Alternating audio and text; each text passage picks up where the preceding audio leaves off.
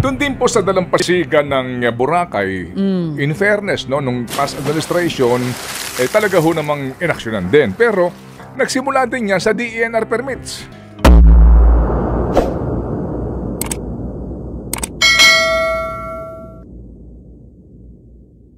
Doon din po sa dalampasigan ng Boracay, in fairness, no, nung past administration, talaga ho namang inaksyonan din. Pero nagsimula din yan sa DENR permits. Puntahan natin itong controversial na, ano ito, terasa ba? Ano? Monterasa. Monterasa. Oo, sa Cebu. Sa Cebu.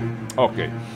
Ang Monterasa sa Cebu, pinayagan ng DENR. Monterasas de Cebu, sa mga hindi nakakaalam, yan po ay isang high-end project dyan sa Cebu.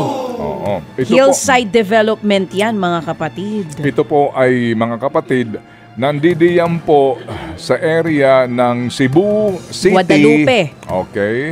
Sa Guadalupe, Cebu City. Opo, sa Cebu City. Kung saan po, dahil sa nakita natin na pagbabaha na nangyari, so ngayon may question. Yung mga unang tumutol, nagsasabi ayan na ang sinasabi namin. Daming tumututol din dyan. In fairness, sabi nila, sandali lang. Pag-aralan natin ngayon. Yan. Kung may effect ba ito.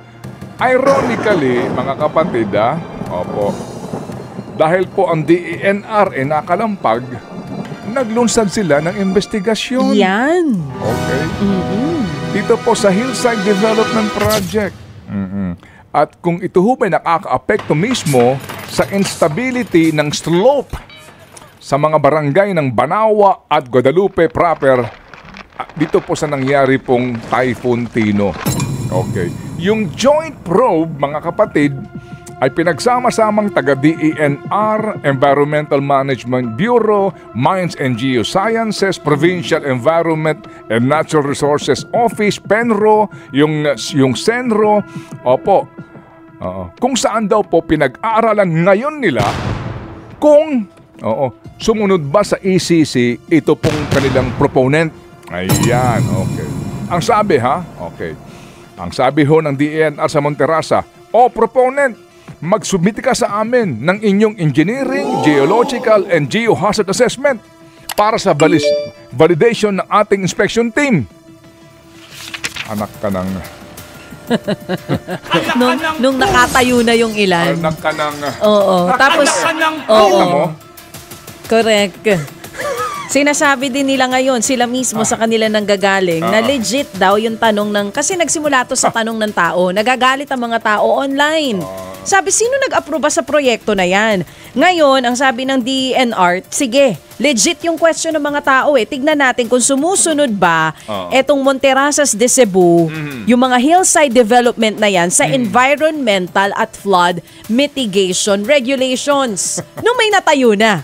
Saka titignan. Umpisa pa lamang, noon yan ay binebenta, nagpi-pre-selling yan. Uy, mahal yan, nag-propose na, may mga nagsabi na, anong gagawin nyo sa bundok namin? Yan. Ang dami na. Ang DENR, sa gitna ng mga reklamong ito, lagi sinasabi, hindi nagkaroon ng public consultation, na naman.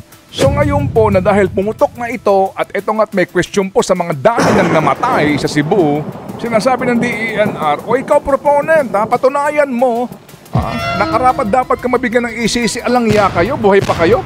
Anak ka ng po! Sorry po hindi ba itong ugali-ugali nila? Ngayon, eto ho na naman po tayo. Itong bago ko tong hayan tong isa, na dapat to talaga kalampagin ito. Wag na hayaan matayo pa.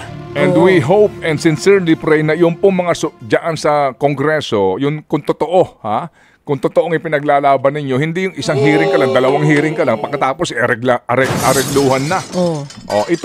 Itong mismong DENR nagsasabi, di ba? Na dyan po sa may bandang Laguna, di ba nagtayo daw po, mga kapatid, ng reclamation.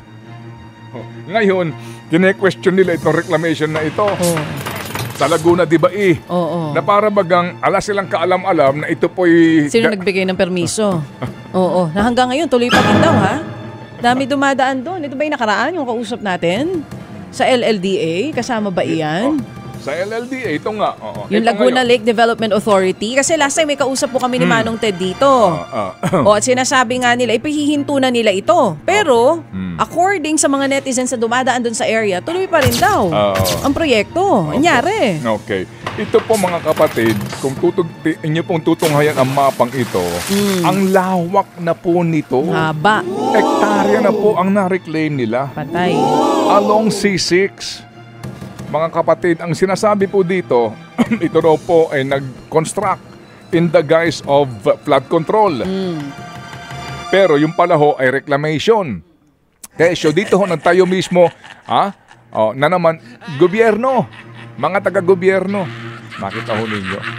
Kung pupuntahan mo yung mapa nito, dito po sa C6, sa lawak nito, hindi mo siya mapapansin kapag nag-Google Map ka. At ilang pong bahagi ng C6 ang meron na reklamasyon. Kung kailan naman nandidiyan na iyan, tsaka lang ngayon nila pinapansin. Kasi nga, dahil din sa mga flood control projects controversy at yung din pong pag-apaw ng tubig din dito sa erang ito ng Laguna Bay. Eto ho tayo ngayon. Eto okay. Eto naman po tayo Itong taga-DENR ayaw pakinggan ang mga kumukontra sa pagtatayo ng wind energy windmill dito po sa area ng Rizal, ng Tanay all the way to Antipolo. Ito muna ang atin po ditong paunang salita. Maganda po ito. Kasi renewable energy ito Ito yung wind energy. Ito yung hinihikayat ng gobyerno. Renewable. Wag na po yung coal, 'di ba, na mapaminsala po sa ating kalikasan, right? Opo, maganda po ito. Wind, solar, hydro. Alright, renewable energy. Kaya nga tayo may fit-in tariff sa ating kuryente, sa ating bill. Ano 'yun? Subsidy 'yun. Subsidy natin para dito po sa gantong uri ng mga proyekto. We subsidize part of it sa ating bill. Fit-in tariff ang tawag doon. Kaya tumataas po ang ating binabayaran kasi po meron tayong ibinibigay pong sustento para po sa gantong uri ng mga kumpanya na ang kanilang mga proyekto po ay renewable, kumbaga makakalikasan. Pero in this case, ang sinasabi po dito ng mga tutol sa mga proyektong ito is that ito po mga kapatid ay para po sa 25,839 hectares sa Rizal na 25 years mga kapatid ang kanya pong kontrata. Pinagkalooban na ito karaka-raka ng Environmental Management Bureau ng DENR ng ECC para po sa 69 na mga wind turbines na may kasama pong 13 ridges, from Tanay to Antipolo. Saan ito? Dito ito along sa Sierra Madre Mountain Range. Yan ang sinasabi po nila. Nag-trending po ang Sierra Madre, di ba? Dahil po dito kay Super Typhoon Uwan. Ang sinasabi nga kasi nakatulong daw po itong Sierra Madre. Sinasabi ng ilang mga eksperto, nakatulong ang Sierra Madre para hindi masyadong maramdaman yung tindi po ng buhos ng ulan na dala nitong si Bagyong Uwan. Yan ang sinasabi nila. At ngayon, nanganganib na naman ang Sierra Madre dahil nga po dito sa gagawin o ide-develop na wind energy sa 25,839 na ektarya dyan po sa Rizal. Na binigyan ng service contract ng Department of Energy noong 2018 pa pala. Alright. Oo. Ito ho kasing proyektong ito, sinasabi po ng mga tumututol dito. Hindi naman sila tutol nga sa uri po ng proyekto, pero sa lugar na pagtatayuan. Kung pupuntahan po ninyo yung mga wind turbine sa Ilocos, meron doong sa tuktok din po ng bundok Pero i-check nyo po yung topography ng bundok, maging sa ibang mga bansa. Ito pong Sierra Madre Mountain Range na ito, iba po ang topography nito, sinasabi. At dyan, hindi ka na lang po kumbaga, para kang higante na magtatanim ng windmills, ng turbine, hindi. Anong gagawin mo dyan? paplantsahin mo, kakabkabin mo, bibiyakin mo na naman po yung kabundukan. Kasi nga, sa plain itatayo iyan. Iibahin mo yung topography at ang lawak nito, libo-libong ektarya ito. Mga kapatid, na sinasabi nila, baka pwede, wag dito kasi nga Sierra Madre ito na kung saan din po may aabutin daw na portion mismo na ang tawag nga nila dito mga kapatid ay Masungi Karst Conservation Area. 1,600 hectares. Natahanan ng mga limestone, yun ang sinasabi nila. Na marami daw po dito po mga endangered species na maaaring tamaan. So bottom line dito, ang DENR na naman kinontra yung opposition na sinabi, walang problema dito sa aming assessment. Yan na naman kayo mga anak po! Ayan ang sabi ng DENR, wala daw sapat na ebidensya para sabihing may malubha o hindi na mababalik pa yung pinsalang pangkalikasan na nagagawin dyan po sa area na iyan. Opo, ang sinasabi po nila, di po ba, no sufficient basis has been established to conclude the existence of grave or irreparable environmental damage that would necessitate the issuance of a cease and desist order. Yung CDO. Irreparable. Ang ibig sabihin yan, hindi na kumbaga, pag nagkaroon ng danyos, kapag irreparable, hindi mo na maibabalik. There's no turning back, kumbaga.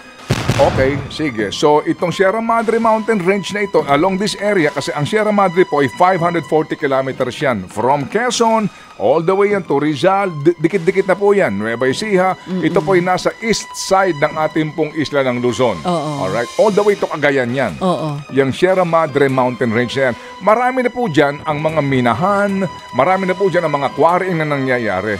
So, ito po sinasabi, dyan mo ilalagay ito, hindi naman flat yan eh. So bubungkalin mo yan. Paano makakarating yung equipment doon? Di gagawa ka ng kalsada. Naman. Hindi ba? Saan ka magtatayo nitong mga plantang ito? Di kakabkabi mo yung bundok. At pagkatapos, ilang libong ektarya ito na gagawan mo ng ganon. Kasabihin mo, irreparable? Walang ganon. Diyos ko po, saan ipinanganak itong mga taong ito? O itong mga taong ito ay kagaya po ng mga proponents talaga ipinaglirihim po sa pera. Anak po! Or Diyos por santo, ganyan lang po tayo muna ngayon kasi meron pa tayo isang importanteng panayang baby girl. Pero ngayon pa lang po, mga kapatid, sana ngayon pa lang na hindi pa ito actual na nagsisimula. Ang proyektong ito ay pinangangasiwaan po ng RWEC. Opo, Rizal Wind Energy Corporation. Okay, 603 megawatt project. I-google niyo kung sino may-ari ng kumpanyang ito. Alright, ito ho ay may kapartner na dayuhan sa proyektong ito. Wala tayong question ha, sa uri ng project, sa ganda ng adhikain. Ang question dito, lokasyon ng proyekto. So ito na naman tayo. Pag ito sinimulan na ang kabkab at naandyan na yan, tsaka sasabihin nila, sa aming pag-aaral, may epekto pala ang pagbabaha sa baba ng Rizal. Sino na naman ang mga aabutin yan? Marikina, Pasig, sino-sino pa, yung mga nasa baba niyang Sierra Madre. Pagka nakakita na naman tayo ng tsokolate na baha, doon na naman natin ipatitigil yung mga ganitong klase ng proyekto. Pero huwag kayong mag-alala. Ang sabi naman nila ng DENR, Environmental Management Bureau ng DENR, tumutupad naman daw itong RWEC sa lahat ng pre-construction conditions. At huwag kayong mag-alala, wala pa naman daw actual na operasyon dun sa site. Sa ngayon daw ay naglalagay pa lang ng mga tinatawag na meteorological mast. Sinusukat pa lang daw yung hangin. Magkano Korean? Mga kapatid, kasi po ang isa sa mga panuntunan, di ho naman tayo eksperto ho dito, pero sa ating mga nababasa, dapat yung yung pong pagtatayuan nito, walang sagabal. Diba? Doon sa pag-flow ng hangin, right? Yes. Ito nga po kasi, bundok ito eh. May mga puno dito eh. May mga troso dito eh. Hindi po ba? Definitely po, tatanggalin mo yan, ipalatag mo yan sa flat, nakakabkabin mo, at doon ka magtatayo ng walang sagabal. At saka hindi po biro ba? yun, laki. Okay. More than Sige. 25 hectares, malaki yun. 1,000 hectares. 25,000 hectares. Okay. Malaki po yan. Doon sa mga Okay. taga Rizal. Sige. Kaya nyo pa? Muli kung may mag-iimbestiga dito sa Kongreso, sa anumang pong sangay yan, taas man o mababang kapulungan, baka na naman tayo mag-shakedown lang dito, ha? Kung mag-iimbestiga kayo, simula hanggang sa matapos. Hindi, simula lang and then, alam nyo na ibig ko sabihin, magkakalimutan na naman po tayo, matutuloy, and then tsaka sila magagalit ulit. Naman. Mawalang galang lang po. Kung totoo na gusto ho niyong ipatigil ito, gawan nyo na ho ng paraan ngayon na. Now na. At walang aregluhan, please.